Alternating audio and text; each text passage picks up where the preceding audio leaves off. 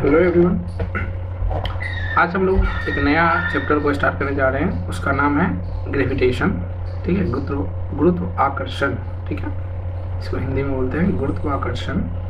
ठीक है, तो उसको हम आज शॉर्ट में बात करेंगे। ठीक है, जो ज़रूरी है बस वही बात करेंगे। ठीक है, नहीं तो 2 लेक्चर फिर इसका हो जाएगा और हमें अब थोड़ा सा जल्दी समाप्त करना है ताकि हम लोग क्वेश्चन प्रैक्टिस कर सकें। ठीक है, तो ये हो गया आपका गुरुत्वाकर्षण के बारे में आज हम लोग जानेंगे। ठीक है, देखेंगे कि कैसे फोर्स अट्रैक्ट करता है। ठीक है, तो इसको पहले शॉर्ट में डिफिनेशन लिख देते हैं, उसके बाद धीरे धीरे हम लोग ना इसके बारे में जानेंगे जो जरूरी चीज़ है। ठीक है, एस्केप वेलोसिटी क्या होता है, ऑर्बिटल वेलोसिटी क्या होता है, बहुत अच्छी अच्छी चीज़ें हैं जानने के लिए। ठीक है, तो इसको शॉर्ट में लिखते हैं। एवरी ऑब्जेक्ट, ठीक है, कोई भी चीज़ मान लीजिए। ठीक है, इन द यूनिवर्स, यूनिवर्स मतलब समझ ही रहे हैं। ठीक है, अट्रैक्ट, ठीक है, अट्रैक्ट मतलब आकर्षित करना होता है। ठीक है, अट्रैक्ट्स एवरी अदर ऑब्जेक्ट। ठीक है, विथ ए फोर्स, एक फोर्स के कारण ना एक वस्तु दूसरे वस्तु को अट्रैक्ट करता है। ठीक है, उसी को कहते हैं, क्या कहते हैं, which is known as short में, ठीक है, ग्रेविटेशन। ठीक है, गुरुत्वाकर्षण। ठीक है, तो लॉज ऑफ गुरुत्वाकर्षण की बात कर लेते हैं एकदम शॉर्ट में, टू द पॉइंट चलेंगे, कोई भी चीज़ छूटेगा नहीं आपको। लॉज, इसका लॉ किन्होंने दिया था, न्यूटन्स लॉ दिए थे। ठीक है, न्यूटन्स महोदय ने लॉ दिया था। तो अब हम बात करते हैं डायरेक्ट वहाँ पे, न्यूटन्स,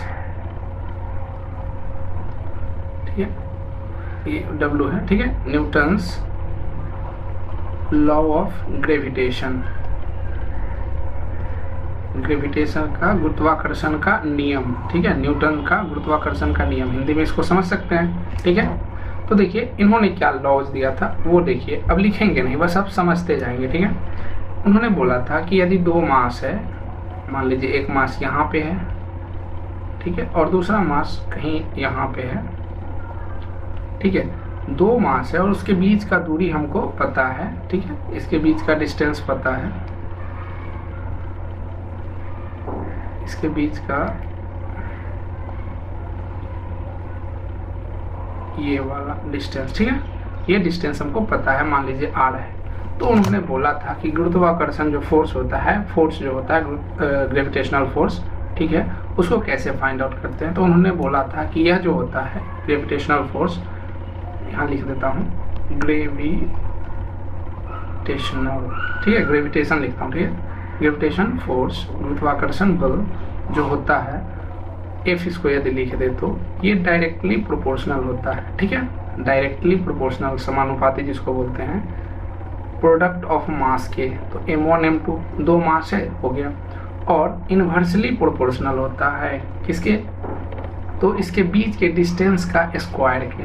बस इन्होंने यही बताया था कि जो ग्रेविटेशनल फोर्स होता है 2 ऑब्जेक्ट के बीच, 2 ऑब्जेक्ट जो है m1 m2 के बीच में, उसके मास का डायरेक्टली प्रोपोर्शनल होता है, प्रोडक्ट कर देंगे तो m1 इंटू m2, एंड इसके बीच जो भी डिस्टेंस है उसका स्क्वायर का इन्वर्सली प्रोपोर्शनल होता है। ठीक है, तो इसको यदि हम एक फॉर्मूला बनाएं तो आपको पता है कि इसको हम एक फार्मूला में ऐसे लिख सकते हैं, m1 m2 by r square, और आपको पता है कि यह प्रोपोर्शन जो है, ये प्रोपोर्शन हटेगा तो एक कांस्टेंट आएगा, ये हटेगा तो क्या आता है, सब पता है आप लोगों को, ये समानुपाती हटेगा, समानुपाती, ठीक है, का चिन्ह। ठीक है, हटेगा तो एक बराबर ये साइन एंड एक कांस्टेंट आता है। ठीक है, एक कांस्टेंट आता है, वो आपको पता है। ठीक है, तो ये सब पे चर्चा नहीं करते हैं, जो जरूरी है उस पर करते हैं। तो ये जो अब लॉ आपका बन के आ जाएगा, एफ बराबर, देखिए एक बराबर और एक कांस्टेंट जी, इसको लिखते हैं कैपिटल जी, और into m1 m2 by r square. Direct question इसी पे रहेगा आपको। ठीक है, कि ग्रेविटेशनल फोर्स बता दीजिए जब मास इतना इतना दिया हुआ है, ठीक है, बस आपको जी का वैल्यू पता होना चाहिए, क्योंकि यह कांस्टेंट है ना, तो एक जी का वैल्यू वो दे भी सकते हैं, जी का वैल्यू वो नहीं भी दे सकते हैं, ठीक है। तो आपको याद रखना होगा, ठीक है। तो यहाँ पे पेयर मैं लिख दे रहा हूँ, आपको ये फॉर्मूला याद रहना चाहिए। एफ बराबर, ये क्या है, ग्रेविटेशनल फोर्स, ये क्या है, गुरुत्वाकर्षण बल, ठीक है। हिंदी में लिख रहा हूँ, गुरुत्वाकर्षण बल है ये, ठीक है। पेयर जो जी जो है ग्रेविटेशनल कांस्टेंट इसको बोलते हैं, इसको क्या बोलते हैं हम लोग, ग्रेविटेशनल कांस्टेंट। मैं लिख देता हूँ ग्रेविटेशनल कांस्टेंट। इसका वैल्यू भी पूछता है, तो वैल्यू प्लीज याद रखें, इसका वैल्यू होता है 6.67, ठीक है, into 10 to the power minus, देखिए माइनस मैंने लिखा है, प्लस नहीं, माइनस, ठीक है, -11, ठीक है। और इसका यूनिट लिख देता हूँ मीटर स्क्वायर इंटू पर केजी के -2, ये पावर -2। अब जी का निकाल लो, इसको न्यूटन लिखोगे, और जब इसको इधर करोगे तो मीटर स्क्वायर मल्टीप्लाई होगा। ये सब निकालना आपको सिखा चुका हूँ। ये हो गया इसका यूनिट, ये हो गया इसका यूनिट, इकाई जिसको बोलते हैं, ठीक है। इतना समझ गए। तो हम लोग इसका डायमेंशन भी लिख देते हैं, डायमेंशन भी आपको निकालने आ गया है। मैं डायरेक्ट इसका डायमेंशन ऑफ जी लिख देता हूँ, डायमेंशन ऑफ जी। जब आप निकालेंगे, प्रीवियस लेक्चर्स वगैरह याद होगा तो आप निकाल पाएंगे, नहीं तो फिर से आपको देखना पड़ेगा लेक्चर। जब आप निकालेंगे तो पाएंगे कि m-1, ठीक है, यही आएगा L⁻³ और T-2। तो वो कुछ भी पूछ सकते हैं, ठीक है, डायमेंशन भी पूछ सकते हैं, डायरेक्ट फॉर्मूला पे कुछ भी पूछ सकते हैं, ठीक है। अब देखिए कुछ इंपॉर्टेंट पॉइंट के बारे में इसका चर्चा कर लेते हैं, फिर आगे हम लोग बात करेंगे, ठीक है। शॉर्ट में बात कर रहे हैं हम लोग, जो जरूरी है उस पॉइंट के, ठीक है। तो हम एक टॉपिक बनाते हैं इम्पोर्टेंट, ठीक है, पॉइंट्स। इसको बुलेट पॉइंट भी लिख सकते हैं। बुलेट पॉइंट मतलब जो महत्वपूर्ण बातें होती है ना, उसको एक पॉइंट में लिखा जाता है। तो मैं ज़्यादा नहीं, 1-2 पॉइंट ही बता रहा हूँ, ठीक है, जो पहले आप जानते हैं, ठीक है। ग्रेविटेशनल फोर्स पहला लिख देता हूँ, ग्रेविटेशन फोर्स, ठीक है।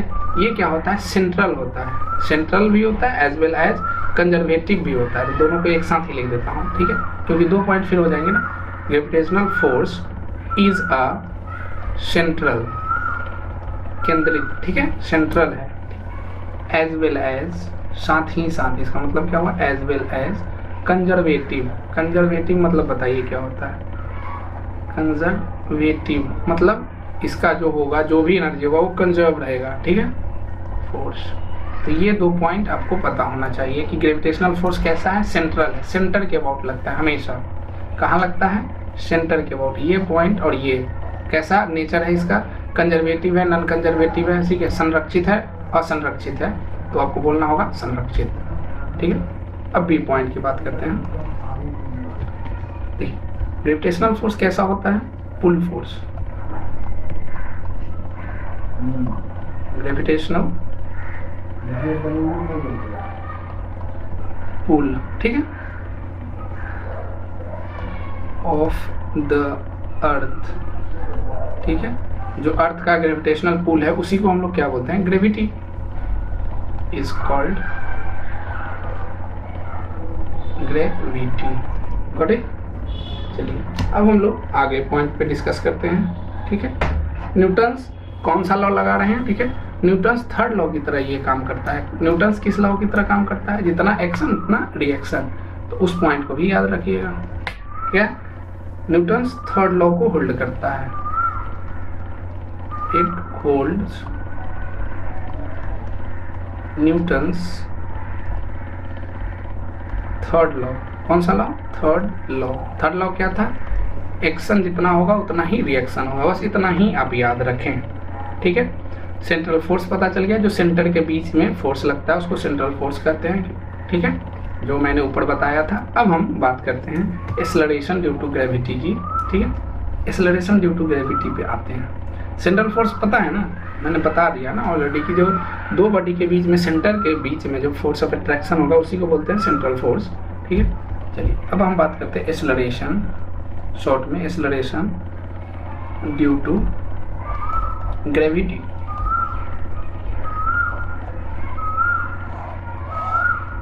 ठीक है, किसके कारण? गुरुत्वाकर्षण के कारण त्वरण क्या होगा, जो जी का वैल्यू है, जो हमने रट्टा मार रखा है, बस उसी के बारे में बात करते हैं।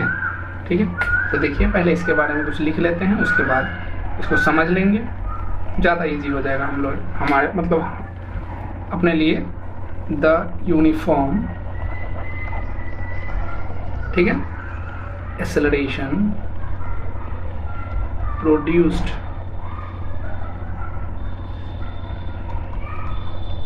in a freely falling, अब चीज़ों को समझ रहे होंगे, मैं अभी समझा देता हूँ। Object due to the gravitational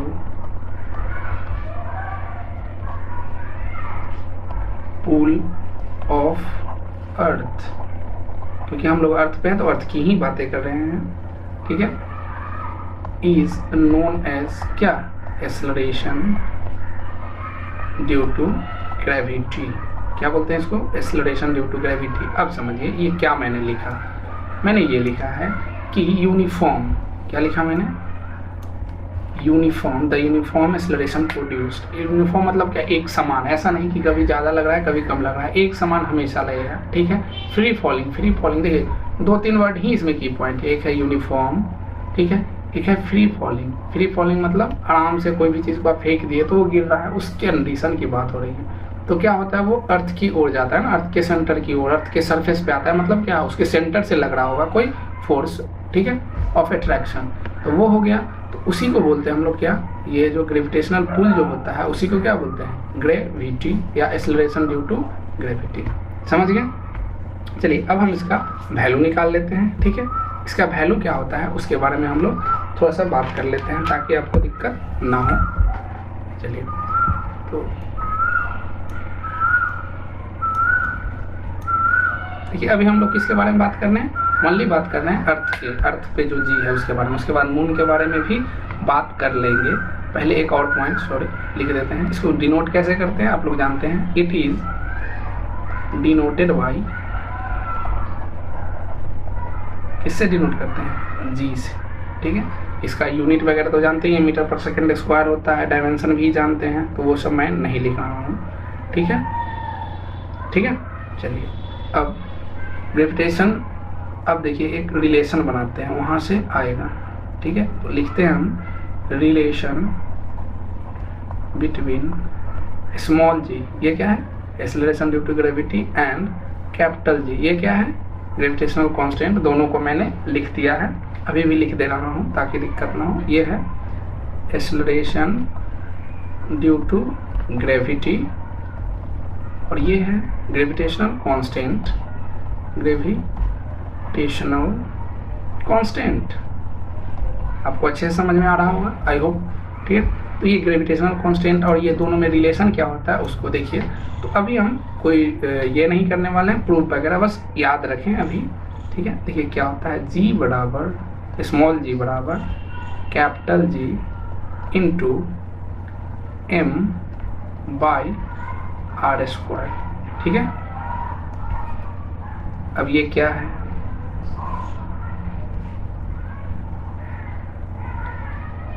कुछ नहीं है, बस एक देखने का तरीका बदल गया। अभी फोर्स बराबर क्या निकाले थे बताइए? जी m1 m2 into are square निकाले थे ना। अब मान लीजिए कोई, हम ये इसको मान लेते हैं कि ये अर्थ है, उसका मास m है, और ये हम कहीं से गिर रहे हैं, उसका मास है, तो हम पे कितना फोर्स लगेगा? इसको हम लिखना चाहे तो m2 इंटू a लिखेंगे ना।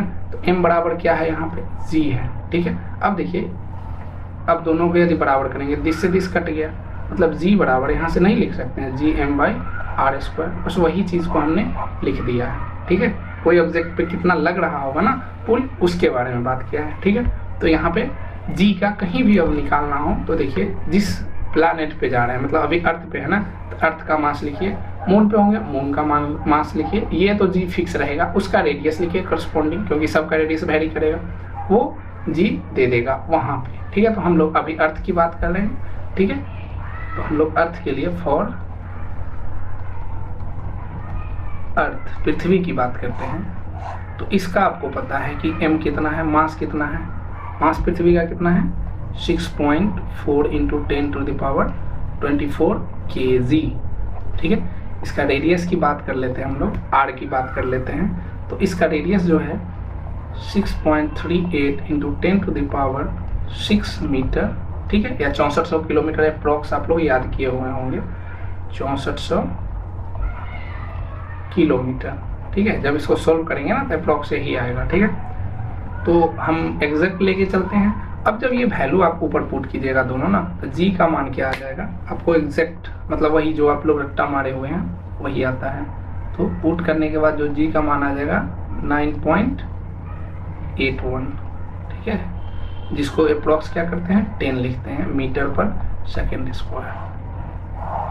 किस कहाँ पे है ये चीज याद रखिए, ये अर्थ की बात हो रही है, ठीक है। ये अर्थ पे है 9.8, ठीक है, 1 या 10 मीटर पर सेकेंड स्क्वायर। यही बात कर ले अब, यदि आप कर लें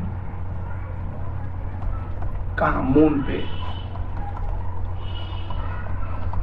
पे, ठीक है। तो आपको ये चीज पता होगा कि जी ऑफ मून जो है, ये बहुत फेमस क्वेश्चन है, तो सबको पता है कि 1/6 टाइम किसके होता है, जी ऑफ अर्थ का। इसको याद रखें। यहाँ पे एक और कंफ्यूजन होता है, ठीक है, क्वेश्चन पूछेंगे वहां पे देखिए जी में डिफरेंस होता है, मास में नहीं। मास में यहाँ रखे, चाहे अर्थ पे रखे या मून पे रखे, मास में कोई चेंज नहीं आएगा। जब भी चेंज आएगा उसका ग्रेविटेशनल जो ये है फील्ड उसमें चेंज आएगा, मतलब जी में चेंज आएगा। जी वहाँ 1/6 होता है, ऐसा नहीं कि यहाँ मास 20 kg है तो वहाँ पे 1/6 इंटू 20 kg लिखेंगे, बिल्कुल नहीं। ओनली जी में चेंज आता है, मास में नहीं। मास हमेशा कांस्टेंट रहता है, आप चाहे किसी भी प्लेनेट पे चले जाएं, ठीक है। चलिए इतना समझिए। अब देखिए हम लोग, ये बहुत जरूरी है, इसको याद रखिएगा, ठीक है। एक और नोट लिखा देता हूँ, सन के केस में यदि बोला जाए, जो कि आज तक नहीं पूछा गया है, ठीक है। तो सन आपको पता है कि अर्थ से कितना गुना बड़ा है, ठीक है। तो देखिए जी ऑफ सन याद रखिएगा, यदि कभी पूछ दिया जाए तो 27 गुना है, ठीक है। यहाँ के ग्रेविटेशनल फील्ड से 27 गुना है, 27 गुना, बस इतना याद रखिएगा। अभी इस पे ज़्यादा नहीं जाते हैं, ठीक है, क्योंकि फिर क्लास 2 क्लास हो जाता है, अभी सिलेबस समाप्त करना है ना, ठीक है। तो चलिए इतना हो गया। अब हम लोग कुछ बात कर लेते हैं कि फैक्टर जो इफेक्ट करता है जी को, ठीक है। तो हम एक टॉपिक बना लेते हैं, फैक्टर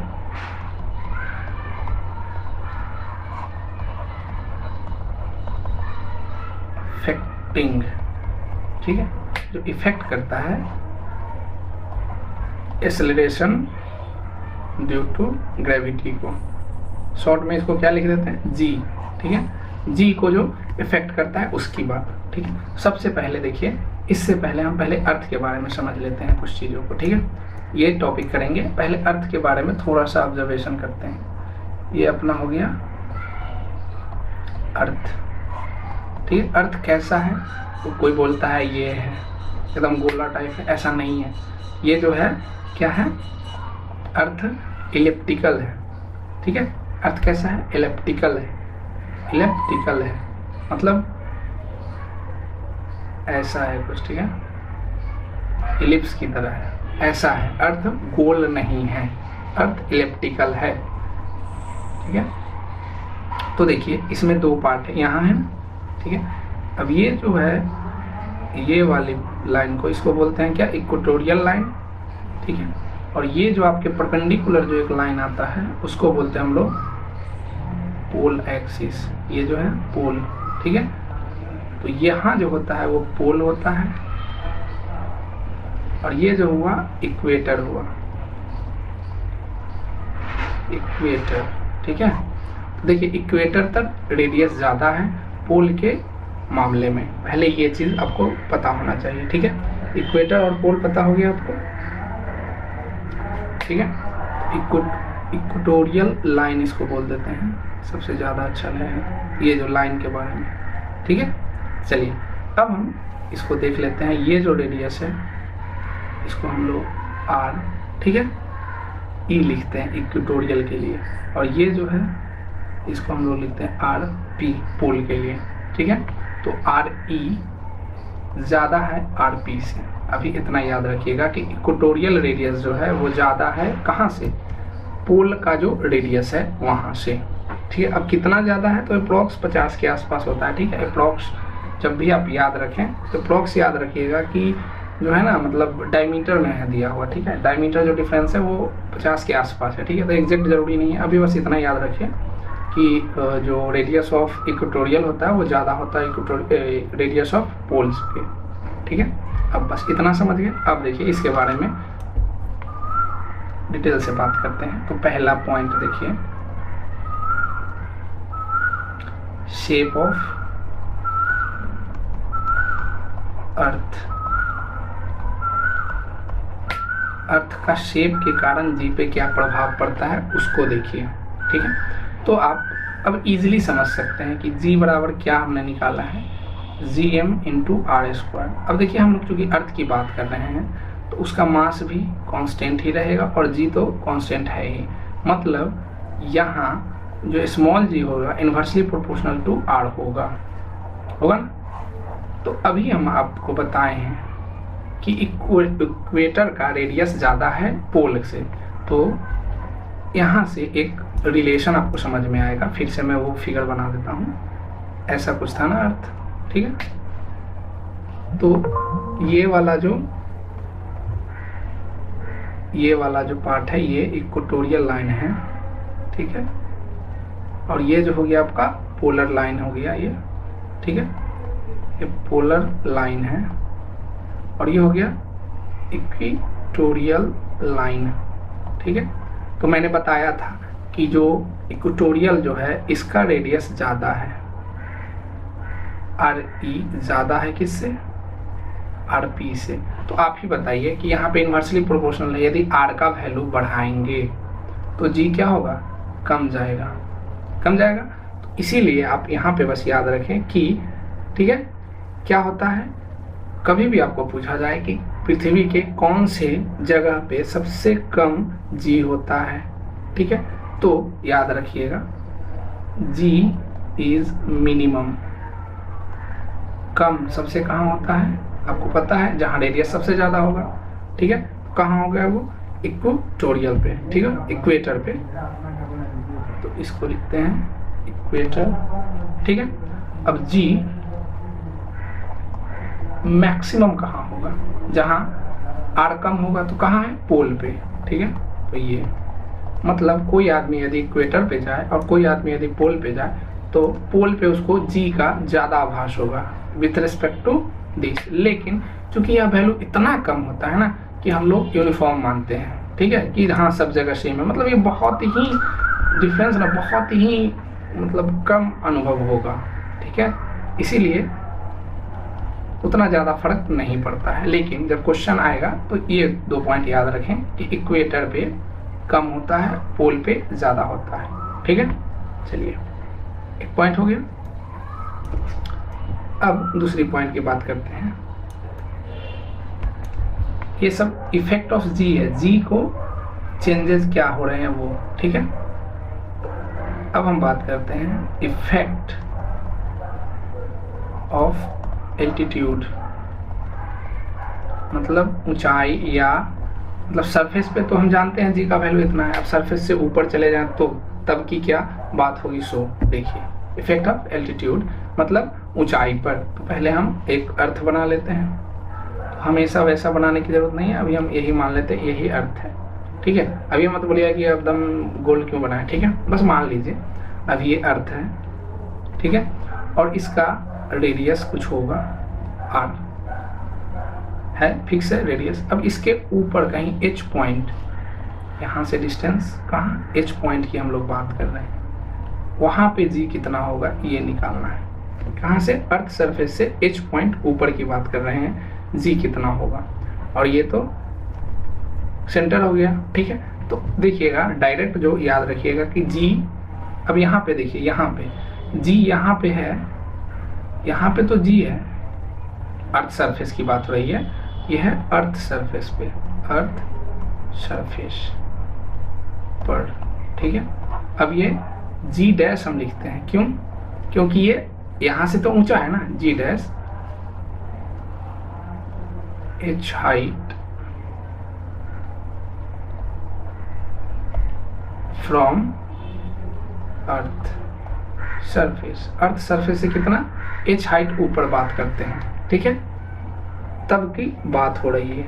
ठीक है, चलिए, तो यहाँ पे अभी डेरिवेशन करेंगे नहीं, डायरेक्ट याद रखिएगा कि जी डैश जो होता है, या तो आप अर्थ सरफेस से ऊपर जाए या इसके नीचे जाएंगे, दोनों में कमेगा, हमेशा याद रखिए।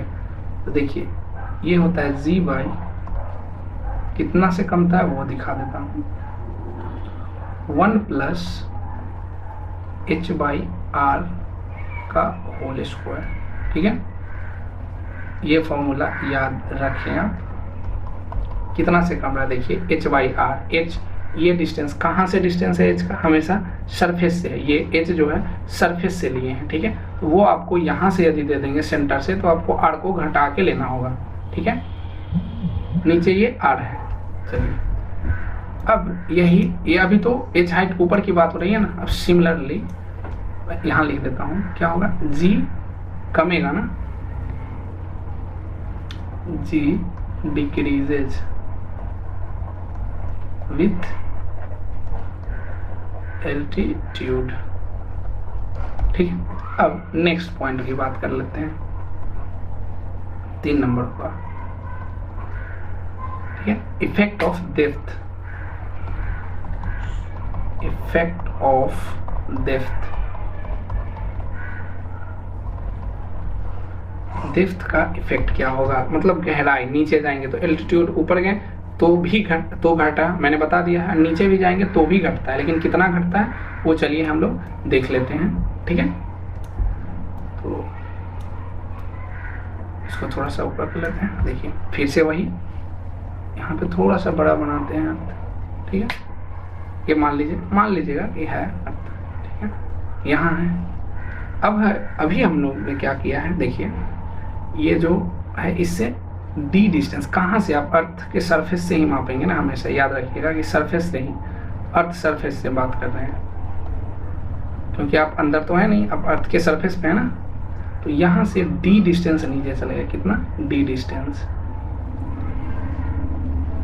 मान लीजिए दूसरा पेंसिल ले जाता हूँ, डी डिस्टेंस आप नीचे चले गए, तो मान लीजिए, ठीक है, ये भी एक ऐसा, यदि इस रेडियस का ऐसा खींच दें, एक बस मान लेते हैं, ऐसी बात होगी ना।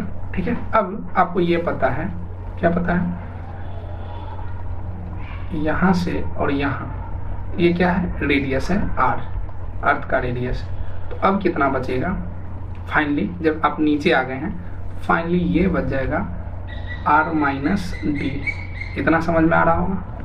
तो अब आर माइनस डी, सेंटर से, हमेशा डिस्टेंस कहाँ से ले रहे हैं हम, सेंटर से। ठीक है, चलिए, तो यहाँ जो जी डैश जो होता है वो याद रखिएगा, g into 1 minus h by r, h नहीं डी है ना अपने को, अभी डी कर लेते हैं इसको।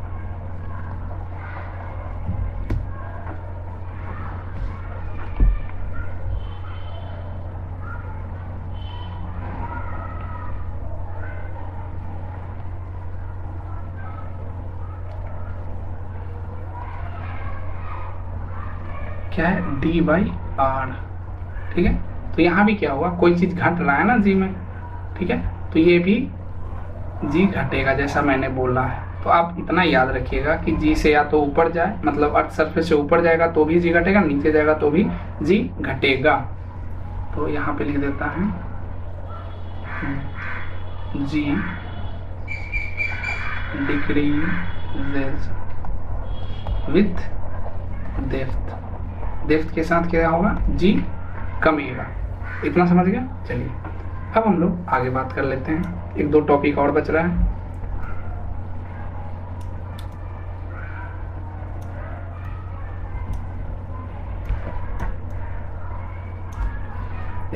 नेक्स्ट टॉपिक हम लोग देख लेते हैं, फील्ड एंड डेंसिटी। ठीक है, इंटेंसिटी ऑफ ग्रेविटेशनल, ठीक है, ग्रेविटेशनल फील्ड। अब ग्रेविटेशनल फील्ड क्या होता है ये तो समझाया ही नहीं, देखिए अभी समझा देते हैं। ग्रेविटेशनल फील्ड क्या कुछ नहीं होता है, बस एक ऐसा एरिया, ये ग्रेविटेशनल फील्ड एक ऐसा एरिया जहाँ पे आप जाएंगे तो कुछ आपको फोर्स का अनुभव होगा। जैसे कि मान लीजिए एक यहाँ पे मास रखा हुआ है, ठीक है, तो इसका सर्टेन इसके जो होगा ये अट्रैक्ट करेगा ना चीज़ों को। तो मान लीजिए यह इतना दूर के अंदर का घेरा में इसके अंदर आने पे कोई भी चीज़ को अट्रैक्ट कर लेता है। तो आप क्या करेंगे, पहले आप मास को यहाँ रखेंगे, m2 मास को, फिर यहाँ पे कुछ नहीं अनुभव हुआ, फिर लाएंगे धीरे धीरे धीरे धीरे, जब देखेंगे कि इसके फील्ड में आएंगे तो इस पर कुछ अट्रैक्ट होने का, इस पर कुछ प्रभाव आने लगेगा, तो वही उसी को बोलते हैं ग्रेविटेशनल फील्ड। मतलब इसका एक कुछ दायरा होगा, ठीक है, बस यही है ग्रेविटेशनल फील्ड। अब इंटेंसिटी बात करते हैं, फील्ड इंटेंसिटी क्या होता है, ठीक है। फील्ड इंटेंसिटी क्या होता है इसको लिख लेते हैं, gravitational force per unit mass, बस इतना ही याद रखिएगा, gravitational force per unit mass, ठीक है। एक मिनट इसको ठीक से लिख देते हैं, पर यूनिट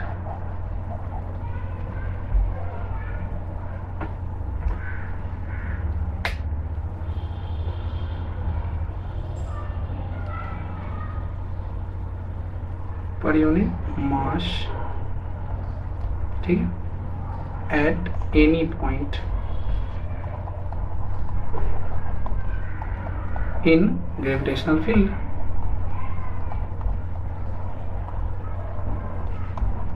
ग्रेविटेशनल फील्ड में किसी भी पॉइंट पे पर यूनिट मास निकाल दीजिए फोर्स का, वही हो गया आपका gravitational intensity of gravitational field, ठीक है। तो इसको लिख देते हैं, इसको इंडिकेट कैसे करते हैं ये देख लीजिए, इट इज डिनोटेड बाय, आप आइदर इजी लिख दीजिए और आई, मतलब दोनों में से किसी चीज से आप डिनोट कर सकते हैं, ठीक है। ये जो वैल्यू होता है आई बराबर F/m, ठीक है, तो ये जो वैल्यू हो जाएगा Gm/r²। अब हम स्मॉल r क्यों लिखें, क्योंकि डिपेंड करता है ना कि आप यहाँ से कितने डिस्टेंस पे हैं। जो ये मैंने फील्ड जो बताया, यहाँ से आप कितने डिस्टेंस पे हैं, आप यहाँ पे बात कर रहे हैं, यहाँ पे बात कर रहे हैं, यहाँ पे कहाँ बात कर रहे हैं, उसके करस्पॉन्डिंग r, ठीक है। चलिए इतना समझ गए, अब हम आगे चलते हैं, ठीक है। अब एस्केप वेलोसिटी की बात करेंगे और ऑर्बिटल वेलोसिटी के बारे में बात करेंगे, बस 2 पॉइंट पे और बात करके यहीं पे टॉपिक रोक देंगे, ठीक है। चलिए तो पहले ऑर्बिटल वेलोसिटी की बात करते हैं, उससे पहले सैटेलाइट की बात कर लेते हैं, ठीक है, क्योंकि सैटेलाइट के बारे में समझिएगा तभी ऑर्बिटल वेलोसिटी के बारे में समझिएगा, ठीक है। तो देखिए शॉर्ट में करते हैं, ठीक है, सैटेलाइट।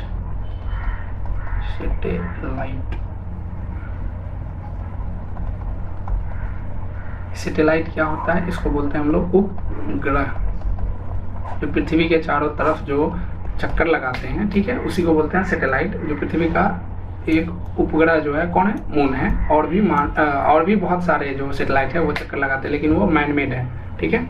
जो प्राकृतिक है सिर्फ एक है, ठीक है।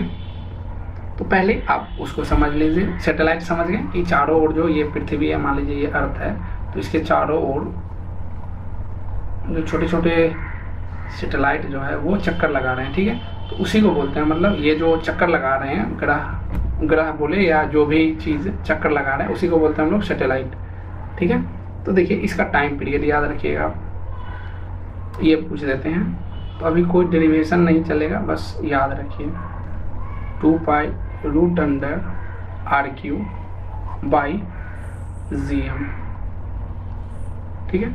इसको जब सॉल्व करेंगे, ठीक है, बहुत करीब मान लेंगे कि अर्थ सरफेस के काफ़ी करीब है ये, मान लीजिए कि ये अर्थ सरफेस के काफ़ी करीब होगा, तो मान लीजिए कि अर्थ का जो रेडियस है वो तो 6400 है ना किलोमीटर, उसमें कुछ जोड़िएगा मीटर तो उससे फर्क नहीं पड़ेगा, ठीक है। मतलब आर प्लस कुछ भी जोड़ देंगे डी तो अप्रोक्स आर का ही हो जाएगा ना, तब कैलकुलेशन करते हैं। तो हम मान लेते हैं नियर अर्थ सरफेस, अर्थ सरफेस के निकट, ठीक है। तो देखिए क्या होगा,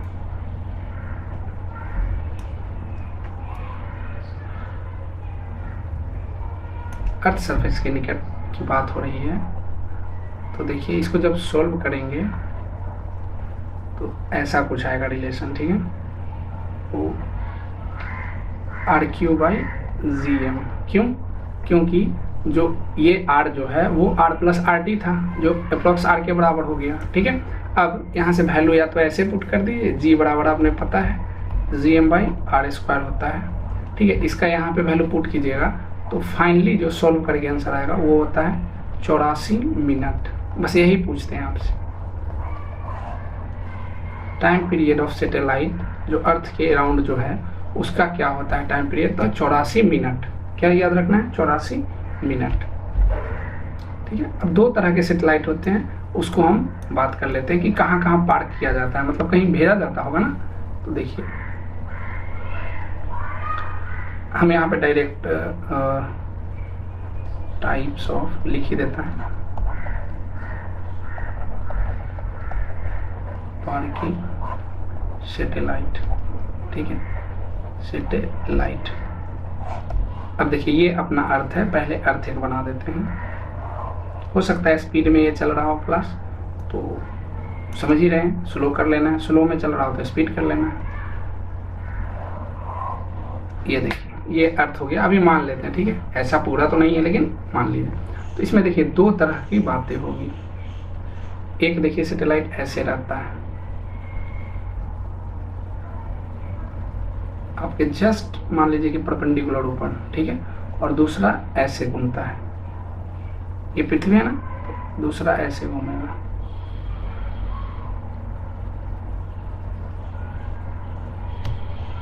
ठीक है। अब देखिए एक जो अर्थ के, ये देखिए छोटा सा यदि बनाए तो एक ऐसे घूमता है, इसके इस मतलब ये ऊपर और एक यहाँ पे, बस वही दो चीज को दिखा रहा हूँ। तो ये जो अर्थ के ये जो प्लेन में जो घूमता है उसको बोलते हैं हम लोग क्या, जियो सिंक्रोनस। इसको क्या बोलते हैं हम लोग, जियो सिंक्रोनस। ये कहाँ पे घूमता है, इसको बोलते हैं हम लोग जियो, ठीक है, स्टेशनरी, सॉरी स्टेशनरी, सिंक्रोनस बोल दिया, वो चीज इसी से आता है इसीलिए याद था, ठीक है। जियो स्टेशनरी हो गया, ठीक है। और ये जो हो गया पोलर हो गया, क्या हो गया, पोलर सैटेलाइट। दोनों में क्या अंतर है, देखिए ये जो है इक्वेटोरियल ऑर्बिट में हुआ, मतलब इक्वेटर पे हुआ, और ये पोल पे हुआ। तो इसका यूज क्या होता है, ये काफी करीब होता है, ठीक है। तो इसका यूज जो होता है बस इतना याद रखिए, कम्युनिकेशन में जो आप बात करते हैं फोन वगैरह से, टेलीग्राम, मतलब जो भी यूज करते हैं उपकरण उसमें यूज होता है इसका, ठीक है। तो कम्युनिकेशन पर्पस के लिए, कम्युनिकेशन पर्पस,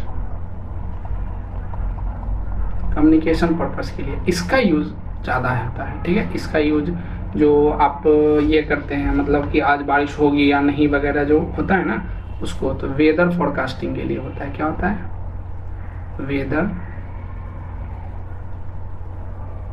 वेदर, सॉरी इसको हम ठीक से लिखते हैं,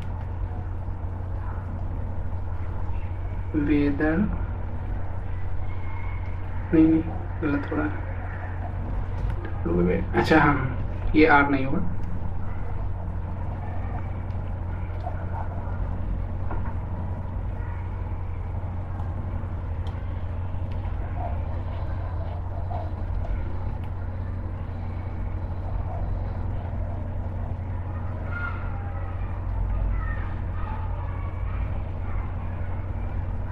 वेदर फोरकास्टिंग,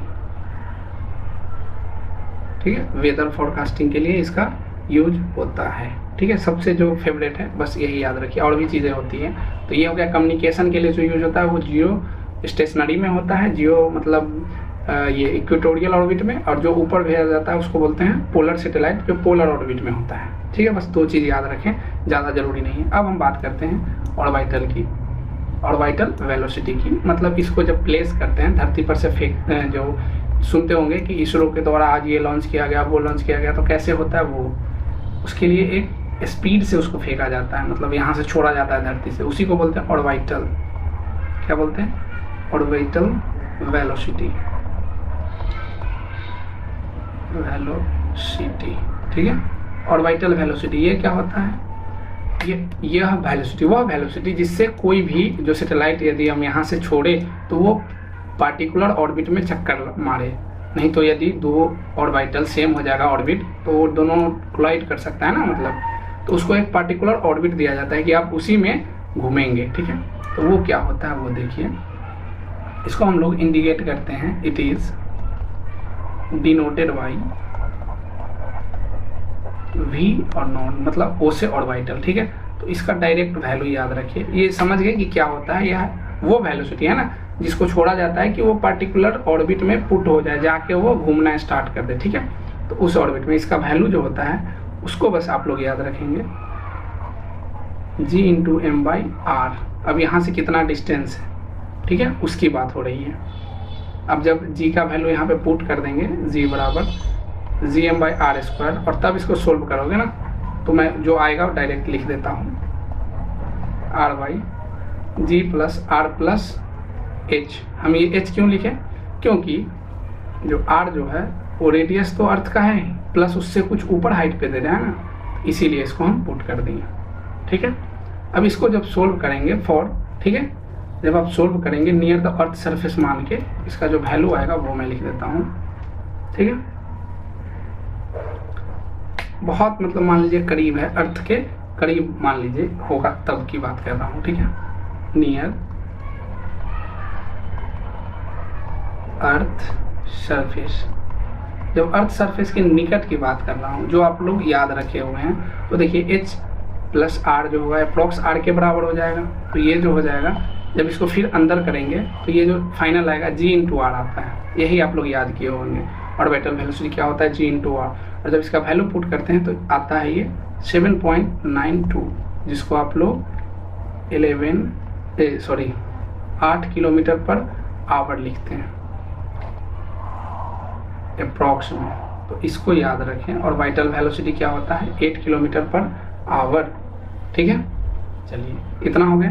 अब इसी से मिलता जुलता एक टर्म होता है एस्केप वेलोसिटी।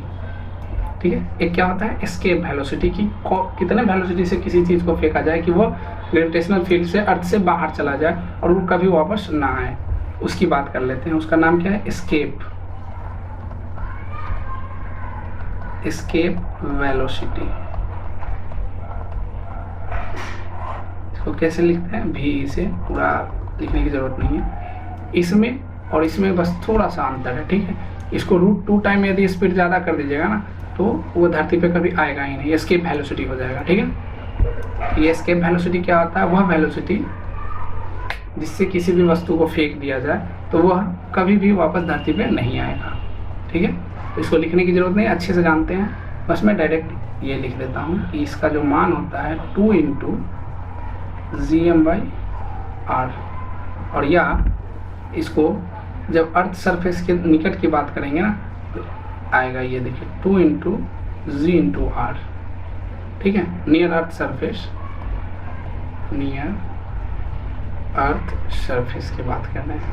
जब सॉल्व कीजिएगा तो मतलब आपको ये रिलेशन आता है √2 टाइम V0, मतलब एस्केप वेलोसिटी जो होता है ऑर्बिटल वेलोसिटी का √2 गुना ज़्यादा होता है। इसको सॉल्व करेंगे तो ये वैल्यू जो आता है V 11.2 km/h। इतना आपने याद किया होगा। बस वही चीज़ है कि एस्केप वेलोसिटी जो होता है, जो पृथ्वी से बाहर हो जाए, ठीक है, पृथ्वी के ग्रेविटेशनल फील्ड से बाहर हो जाएगा, मतलब वो बाहर चला जाएगा। तो 11.2 km/h से यदि फेंक दिया जाए तो, ठीक है। क्वेश्चन कहाँ से आएंगे मैंने बता दिया कि ये दोनों का रेशियो पूछ देगा। ठीक है,